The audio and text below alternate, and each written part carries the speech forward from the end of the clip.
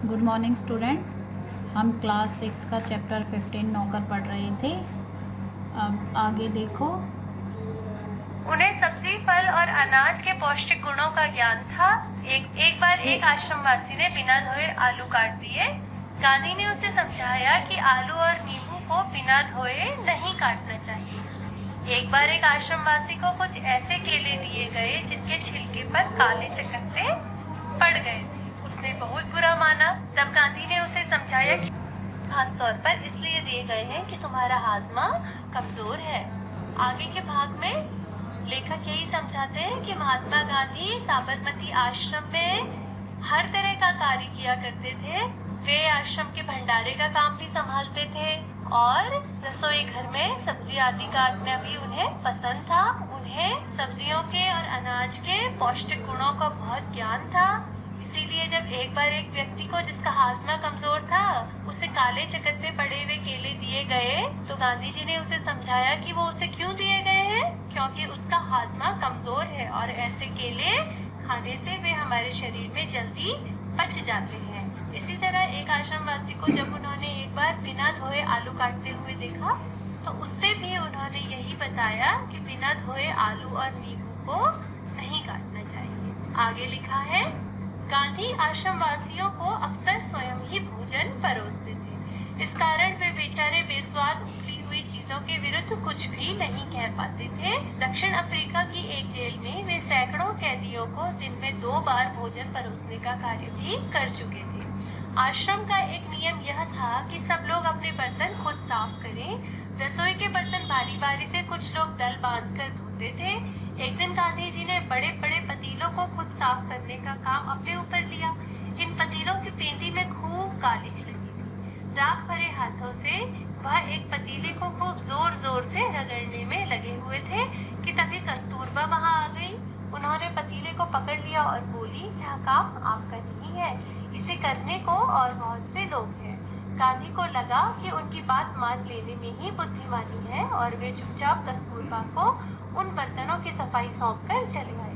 बर्तन एकदम चमकते न हो तब तक गांधी को संतोष नहीं होता था। एक बार जेल में उनको जो मददगार दिया गया था उसके काम से असंतुष्ट होकर उन्होंने बताया था कि वे खुद कैसे लोहे के बर्तनों को भी मांजकर चांदी सा चमका सकते थे। आगे के भाग में गांधी जी के फिर इसी स्वरूप का वर्णन किया गया है कि वे किसी भी छोटे से छोटे काम को करने में शर्म का अनुभव नहीं करते थे, चाहे फिर वो भोजन परोसने का काम हो या फिर बर्तन मांजने का काम हो।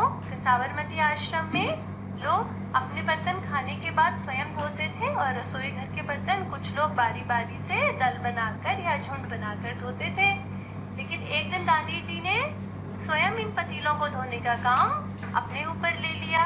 पतीले बहुत काले थे और उन्हें साफ करने में गांधी जी को बहुत मेहनत लग रही थी। फिर जब कस्तूरबा वहां आई और उन्होंने उनसे कहा कि ये आपका काम नहीं है और इसे और भी कोई व्यक्ति कर सकता है, तो उन्होंने चुपचाप कस्तूरबा को बर्तनों की सफाई का काम सौंपकर वहां से चलना ही उचित समझा। उन्हें एकदम चमकते बर्तन पसंद थे और इसी तरह एक बार जब जेल में उनके मददगार ने उनके बर्तन साफ नहीं धोए तो उन्होंने उसे भी बर्तन साफ करके धो के दिखाया कि वो कैसे लोहे के बर्तनों को भी मांज कर चांदी के बर्तनों की तरह चमका सकते थे। आगे लिखा है, जब आश्रम का निर्माण हो रहा था उस समय वहां आने वाले कुछ मेहमानों को तंबुओं में सोना पड़ता था।